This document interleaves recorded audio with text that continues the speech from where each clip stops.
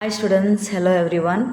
So இன்றைக்கி நம்ம homework என்ன அப்படின்னா ஸ்வர் அப்படின்ற ஒரு கான்செப்ட் தான். எல்லாருக்குமே ஸ்வர் என்னன்னு தெரியும். எல்லா பசங்களுக்குமே மேக்ஸிமம் வொவல்ஸ் கான்சனன்ட்ஸ் எல்லாருக்குமே தெரியும். ஸோ தேர்ட் ஸ்டாண்டர்ட் பசங்க எல்லாருக்குமே வொவல்ஸ் தெரியும், எல்லாருக்குமே கான்சனன்ட்ஸ் தனித்தனி லெட்டராகவே தெரியும். ஸோ பேரண்ட்ஸ், நான் இன்றைக்கிலேருந்து உங்களுக்கு வீடியோ சென்ட் பண்ணுறேன். கொஞ்சம் நீங்களும் ரிவைஸ் கொடுங்க. அவங்களுக்கு இந்த லெட்டர்ஸ்லாம் ஐடென்டிஃபை பண்ண தெரியும். ஸோ வீட்டில் வந்து ஹோம்ஒர்க் செய்ய சொல்லுவாங்க அப்படின்னு சொல்லிட்டு மேக்ஸிமம் அவங்க ஐடென்டிஃபை பண்ண மாட்டேங்கிறாங்க. சில பசங்களுக்கு நிஜமாலே தெரியாது. ஸோ எல்லாருமே ஒரே மாதிரி ரீட் பண்ணுவாங்கன்னு சொல்ல முடியாது இல்லையா? ஸோ இன்னிலேருந்து ப்ராக்டிஸ் கொடுங்க. ஸோ இதுதான் நம்மளோட ஹிந்தியோட வொவல்ஸ். ஹிந்தியோட வொவல்ஸ் பார்த்திங்கன்னா டோட்டல் 11 வொவல்ஸ் இருக்கும். நம்மளுக்கு 11 வொவல்ஸ் உண்டு, உயிரெழுத்துக்கள். இது எக்ஸ்ட்ரா இந்த 2 வந்து வொவல்ஸ் கிடையாது. இது விசர்க் அனுசர் அப்படின்னு சொல்லுவாங்க. அனுசர்க் விசர்க் அப்படின்னு சொல்லுவாங்க. நம்மள ஆயுத எழுத்துன்னு தமிழில் சொல்வீங்களே அந்த மாதிரி. ஸோ உயிரெழுத்துக்கள் பார்த்திங்கன்னா இதுலேருந்து இது வரைக்கும் தான், ஆ டு அவ் வரைக்கும் தான் நம்மளுக்கு வந்து உயிரெழுத்துக்கள். இது நீங்கள் நம்ம தமிழில் எப்படி ப்ரொனவுன்சியேஷன் பண்ணுறோமோ அதே மாதிரி தான் ஹிந்திலையும் இருக்கும்.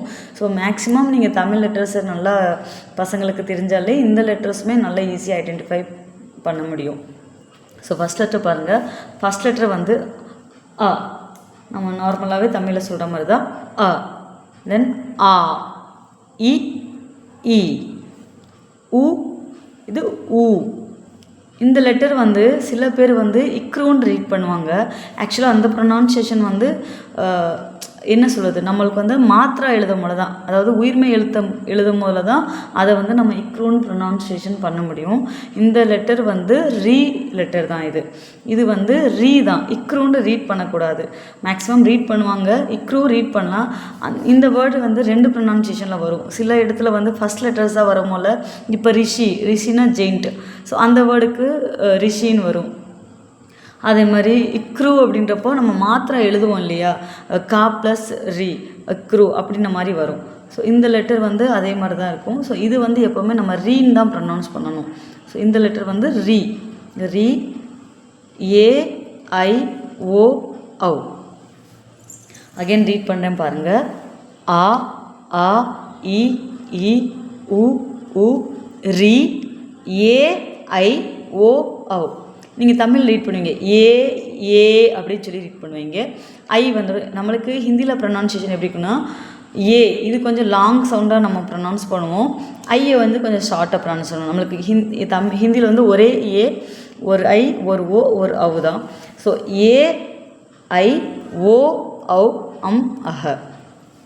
இந்த அம்ஹ வந்து நீங்கள் நம்மளுக்கு ஹிந்தியில் நீங்கள் லெட்டர்ஸ் பார்த்துருந்தீங்கன்னா மேலே புள்ளி வைப்போம், சைடில் டாட் இருக்கும். ஸோ அதுக்காண்டி இது யூஸ் பண்ண அந்த ப்ரொனவுன்சியேஷன் தான். ஸோ இந்த லெட்டரோட ப்ரொனவுன்சியேஷன் நம்ம பின்னாடி பார்ப்போம். இதை மட்டும் பசங்களுக்கு ப்ராக்டிஸ் கொடுங்க. ஸோ உயிரெழுத்துக்கள் மொத்தம் நம்மளுக்கு எவ்வளோ இருக்குன்னா 11 லெட்டர்ஸ் உண்டு. ஸோ இதில் வந்து ஸ்வர் அப்படின்றது வொவல்ஸ். ஸ்வர் அப்படின்னாலே வொவல்ஸ். ஸோ ஸ்வர் லிக்கியே அப்படின்னு சொல்லி கொடுத்தாலே வொவல்ஸ் ரைட் பண்ணோம். ஸோ வொவல்ஸ் பாருங்கள். ஆ, ஆ, இ, ஈ, உ, உ, ரீ, ஏ, ஐ, ஓ, ஔ, அம், அஹ. ஸோ இதை ப்ரொனவுன்சியேஷன் பண்ணுறது எப்படின்னு சொல்லிட்டேன். இப்போ நான் உங்களுக்கு எப்படி ரைட் பண்ணுறதுன்னு சொல்லி உங்களுக்கு கொஞ்சம் ரைட் பண்ணி காமிக்கிறேன் பாருங்கள்.